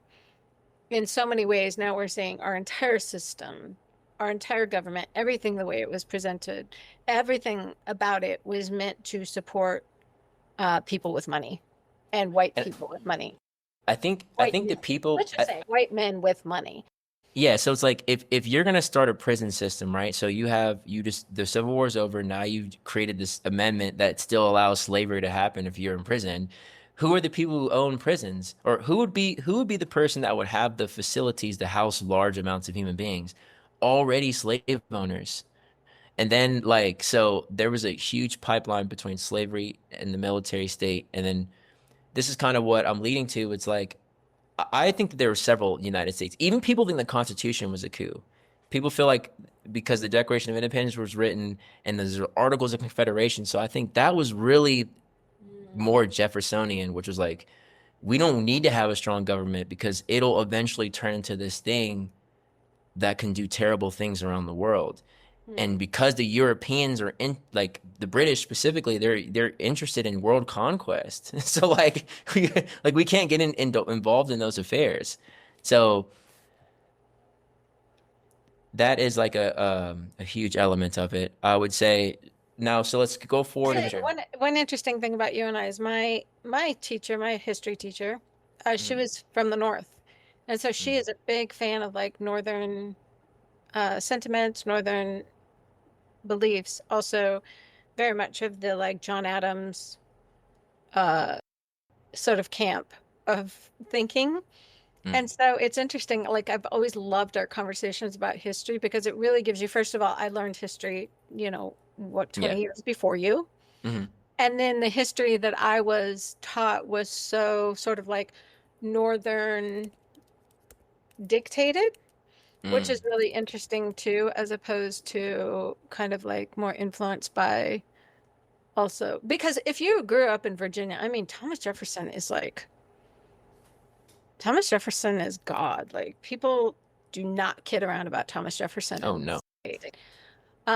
But we were always a little bit criticized him or was a little suspicious of him because he was Southern and because he had slaves and because he wasn't John Adams and he wasn't. And you know what's so like to a Southern person that just sounds so crazy. Like because like for example, like you take the Civil War, like the pe the most rate. I'm not even the Civil War. I'm gonna say today, people in the North are not like people in, I'll say like more liberal cities and liberal states. They're the most racialist. Like Mm. like in 2025, maybe not 10 years ago, but like today, like for sure, these are the people that like come up to you and they're like, oh, like now they're gonna tell me about every dreadhead they've met. When like a typically like a person from the South wouldn't do that. Like Well, it doesn't occur so to you because honestly, like, I mean, my mom was raised in the Midwest and she will yeah, talk about all the time how she had one black person in her high school. yeah. And she talks about it like it's a thing. And we're like, we were raised in the South, like, okay, that's why are you even talking about the fact that Yeah, you didn't meet a black person until you were 16? But that's how the Midwest was. That is how much of the country still is. 100%. And so it's like when people are, I mean, granted, there's other things like, lots of Mexicans and Yeah. Latinx moving into different parts of the country, and there's a lot of racism against them. However, I'm always surprised also, while there is really deep-rooted racism in the South, there's also a sense of living together that's Hmm. existed for a really long time. So when I see even a lot of racial tensions that happen around the country and a lot of stuff that's happening, even though we know that there is some pretty severe racism in our county, for the most part, everybody's just doing what they do. Going to Yeah, and dinner, in the same grocery stores, like hanging, like, there's a little bit of separatism that still happens, certainly, but mm, there's also a lot of intermarriage. So we have like a lot of intermarriage in our county. And so there's a lot of interracial marriages. So there's just a sense of like we're all just kind of living together. yeah, And I don't see that in New York. Like when I was no, in New York, I was shocked by how much like separatism there was. like When coming from the South, I was like, wait, we're all just sort of harmonizing and just existing together. yeah, yeah. I mean, there's certainly racist kids, and this is what I was trying to get about, like the trans thing. I think trans is this generation's to help balance the relationship between the masculine and the feminine, and kind of like reset things. I think that my generation was the same thing with like black kids in like white space. Like I said earlier, I was like the main predominant culture throughout most of my life was black culture, like and the beauty standards were set by black women, like Kim Kardashian. All of her standards were like, you got to get this thicker, you got to get that fatter, you have to. And when we were, even when I was young, like 12, when I was figuring out about these sex symbols, like it was in to be thin as a board, low V cut, not V cut, but low rising George, not George, jeggings. Like that was the kind of stuff that was like thong showing up off the side, like that was a style of sexy, but that was like that thin style. And like so what I think ends up happening is that like they're the elders and then they have kids, and like even in my particular, I'm kind of the reverse. My mom was from Brooklyn. She didn't really meet white people till high school. Like, and they used to like make fun of white kids, and like because they were so insulated from white kids that like that wasn't really, you know, that wasn't really even a thing. So like even for her and for my grandmother who ended up living with us later, it was like my lifestyle growing up in Stafford and being beloved by all these white folk and having all these white friends that were my age, and me being like, no, mom, we're just people to each other. Like we're not living like in the news like how the adults are. but we're kind of in a different space. We just love each other and accept each other for who we are. Like, yeah, some parents are racist and they pass those on to their kids. Like, I even had friends that would be like, yeah, my dad like doesn't mind me hanging around with you because he knows that you like get good grades. Like, as in, like, usually he wouldn't want me around black kids. Like, I've had two girlfriends that have had white parents. One was a single mother, and she was from West Virginia, and she was adamantly against me dating her when I was like 16. And she just thought like it would just be like every time I was there, like at their house, it was like she was trying to be cool because she was still like trying to be cool mom type energy, but like she would always just like do all of the like the token things to like she was like, I want to be a cool mom and let my mom have a girl, my daughter have a boyfriend, but I really don't like the fact that he's black. And her brothers were like actually racist. Like they got into like N-word race fights in my school. And then Wow. like, and that's the Southern example. But then the Northern example, like that partner I was with, whose dad was a cop, we ended up being together for several, like 7 years on and off overall. And he identified as Italian. He was from New Haven, from Connecticut. And there's that the Northern Hood beefs, the Puerto Ricans versus the Cambodians versus the blacks versus the Italians. And like, he is like he didn't identify as white. He was white, but he wasn't white. He was Italian. He was Italian. He wore white beaters and a gold chain, and that was his thing. And he wanted to gang bang in the streets, and that's why he wanted to be a cop. Like that was his energy, and like that was like the most racially and like racist person because he didn't think it was racist because he's like, I've grown up around black people, I've grown up around these spaces. Like I'm not alien to them. I'm from a northern city, but like, yeah, it's way easier to profile it than anything else. So it was crazy because when Trayvon Martin and all that stuff was starting, that was the time of my life in which I was dating this person and meeting these people and being like, I would love to say that like, yeah, I would love to say that like all the guys who are in blue are serving just because, they're good people, but some people like to fight. And I think that's the same thing with the military, same thing with the police, same thing with a lot of different things in life. And that that element of like fighting for the sake of liking to fight, fighting for the sake of like getting resources for other is a imbalance or poor way to use like our instinct to protect our young and our instinct to protect the people that we love and our instinct to protect our territory. And like we just got to like take time to identify that urge as unhealthy. And the capitalist system, I feel like, is sort of like a system that needs to eat outside of itself, and as long as it continues to do that, it's going to continue to like trigger the maternal instinct in the Iranians, the maternal instinct in the Chinese, the maternal instinct in the Russian, the maternal instinct in these people to be like, whoa, whoa, whoa, I know that you guys are interested in your wargaming and your schemes, but at the end of the day, like as soon as you our response does not need to make sense to you. Like, and that's what I found out a lot is like, even I was listening to people talk about Gaza, Hamas, Israel today. Like, people are talking about Hamas and they're like, what they do doesn't make sense. They're like, we have these rules on how we engage in war, and like the terrorists, or just even my entire life, just in general, like the terrorists, they don't make sense. And it's like, and that's what I was trying to say. I was like, the instinct to protect yourself and others will probably never make sense to the perceived aggressor. And Good one. you you just need to accept the fact that you are the perceived aggressor, Yes. and that's it. It does not matter about your intention. And I think Senior Harry Truman, America, a lot of our allies, we're just seen as intruding on territory that is not ours, and then we're just getting met with this resistance, but we're calling this resistance either terrorism or Chinese espionage or Russian meddling, but they're seeing it as, why are there American soldiers bordering our nations? And yeah, so I think to me that's how that instinct to protect ourselves has been kind of hijacked, and now we have President Trump with this interesting energy set where he's more isolationist, but then he's also like, if you threaten him in any way, shape, or form in his own mind, he's going to retaliate. Well, and then if we swing all the way back around to the beginning of Mm. our conversation, sort of about that I-ness, As Mm, long as you think that you are separate from somebody else or something else, there's going to create this separation and this I-ness.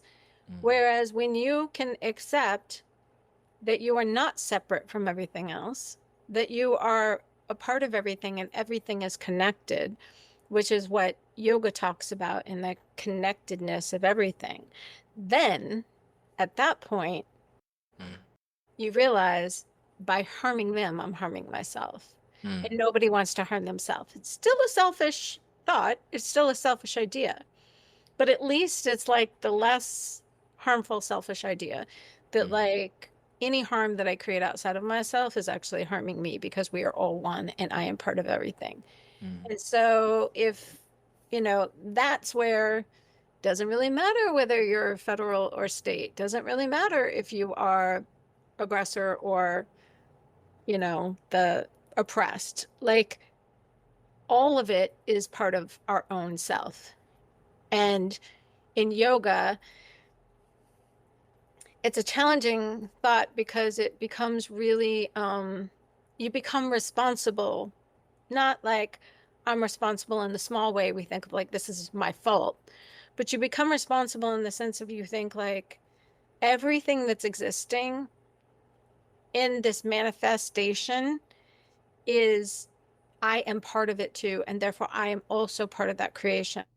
And it goes back to this idea that the way to heal everything is to heal yourself.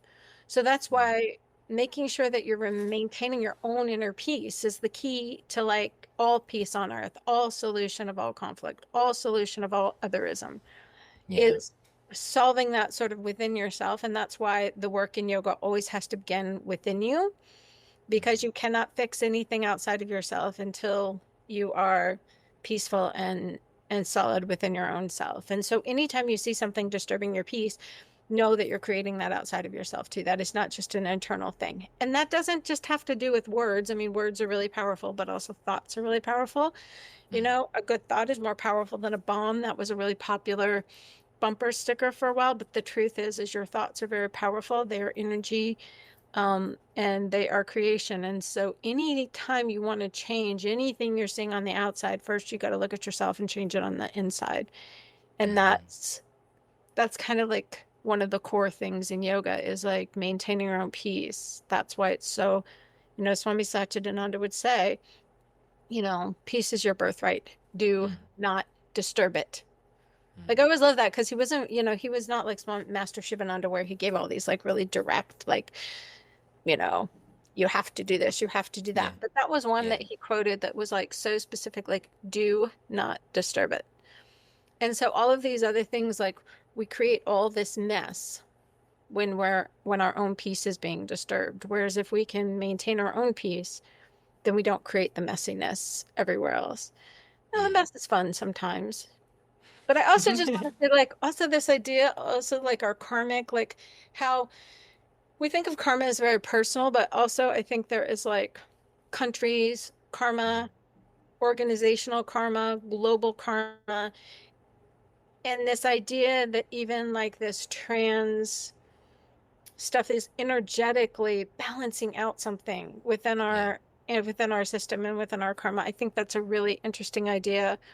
Um, that this is just the natural evolution of how we have behaved as human beings, as a global entity in our global karma.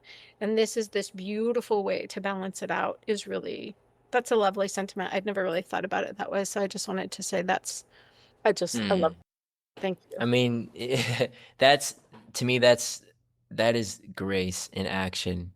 Is that because we believe in the reincarnative spirit, it's like we're evolving. Each generation has like a little bit something, and astrological signs also concur with this, that there's larger planetary generational influences that switch and swap, and like the sign that you're born under for a larger planet is a little bit different than mine, so we have a different outlook on things in general. And they say like the baby boomers were the Leo generation, and then you have Donald Trump. Like it's just like It's just I almost think, especially with all of this layered onto society, it's just like such a beautiful way to like look at our story with a little bit less tension and say, hey, we're actually are all a part of this greater whole. Sometimes it does help to have a little bit more of like a technical know-how, whatever that is for you. That's where like Wana Yoga comes in. Maybe you're a type of person that likes more scientific stuff. So like science is the way that shows you that we're all one, or maybe there's more like esoteric things that show you that we're all one. Maybe you're more materialistic, like we literally all eat food for the same reason. We procreate. We have certain base drives that drives us all together. And to recognize that, like, I like that you say peace of mind because there is a difference. Because we're saying that this maternal instinct, this instinct for protection, we're not like condemning it. It's just that it needs to be addressed with a peaceful disposition. That like yes, you're gonna notice something emerge to you as soon as someone starts to check Henson or kick Henson. Like there's one person almost kick Kimber. Oh my goodness. Or, like like things like this, and like and then your mind goes, well, you're hurting me, and then to just because it's gonna be hard to do obviously at first and for a long time, but remember like no. I'm not in ownership of this being's well-being. I am a steward here. I'm a part of the village that's helping protect. But like, and I was saying this in a previous of talking about pain management is that we also have an immune system. I like to look at the balance of how we can like. I point to the body as cues on how we can manage these energies within ourselves because we do have skin. I would say skin is that quote unquote masculine territory, like quote unquote that we were using before. A nice uh, simile of it. And what is skin's nature? Skin does have a boundary. There is skin, but it's soft and supple. It's flexible. It's movable. And it allows things in because it knows that on the inside of it, there is another system that can back check and make sure that what you did put in is like is good. And then we have like our gates, eyes, nose, ears, our mouth, the way that we can consciously influence things that come in and out of our mouth. And I think that what we're getting at is that a lot of what we consciously consume add on to like the tension that doesn't really necessarily need to be there. So when you're having that conversation with your partner and you feel like them disagreeing with you is threatening you or threatening your child or threatening your dog or threatening something that's happening between you, if you feel that those emotions are arising in you, like always check to see like where are they coming from? Like how do I feel like I'm being threatening? How do I feel like I'm being separated? How do I feel like I'm being othered?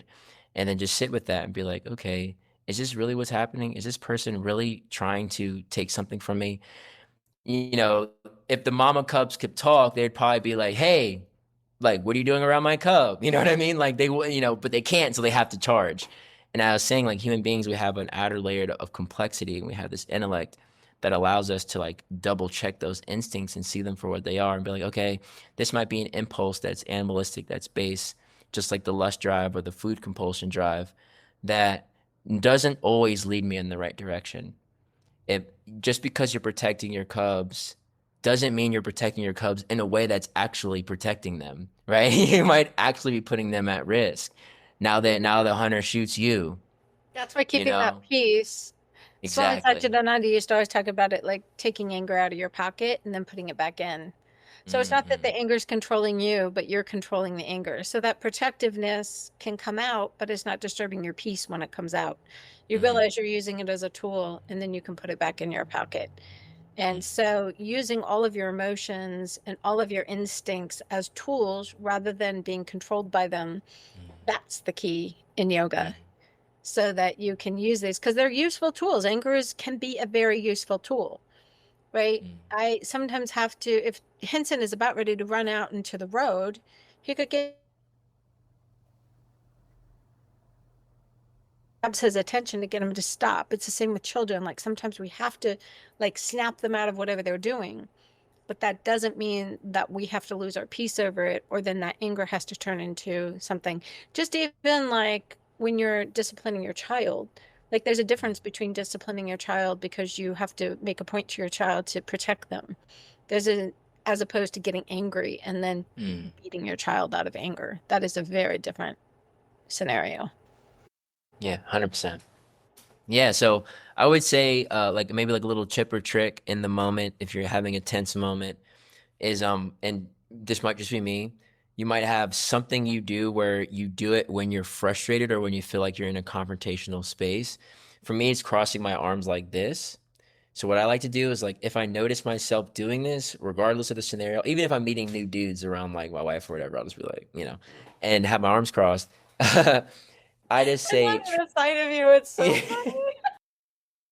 I'm pointing. Feeling something about himself to us all this week. Yeah. Yeah. Oh yeah. Yeah. Yeah. I was saying, yeah, 100%.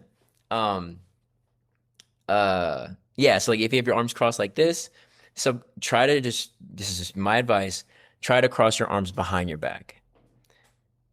I like you still are holding yourself because I realized the real thing that I've noticed about all this anger, this passion, these five fire signs, this Aries Sun and Aries Mercury, and me, my wife is a double Leo. She has a lot of Leo prominent on her chart.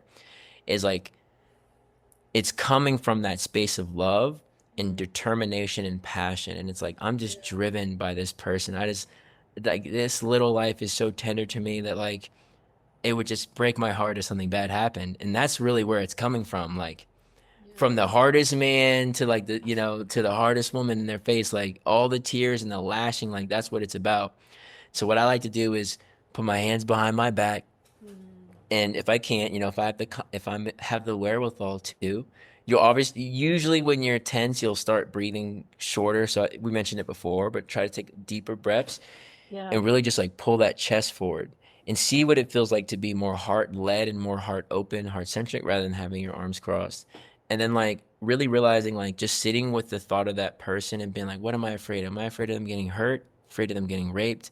Am I afraid of that person getting stolen from? Am I afraid of that person just getting hit? Like hit to the like there's one thing to get hit, but there's another thing to get hit and then the person that's hitting you not stopping. Like that's a different level of like pain. And like they just don't care and like realize like okay, what am I afraid of? Okay, what am I thinking right now? Is that happening right now? No.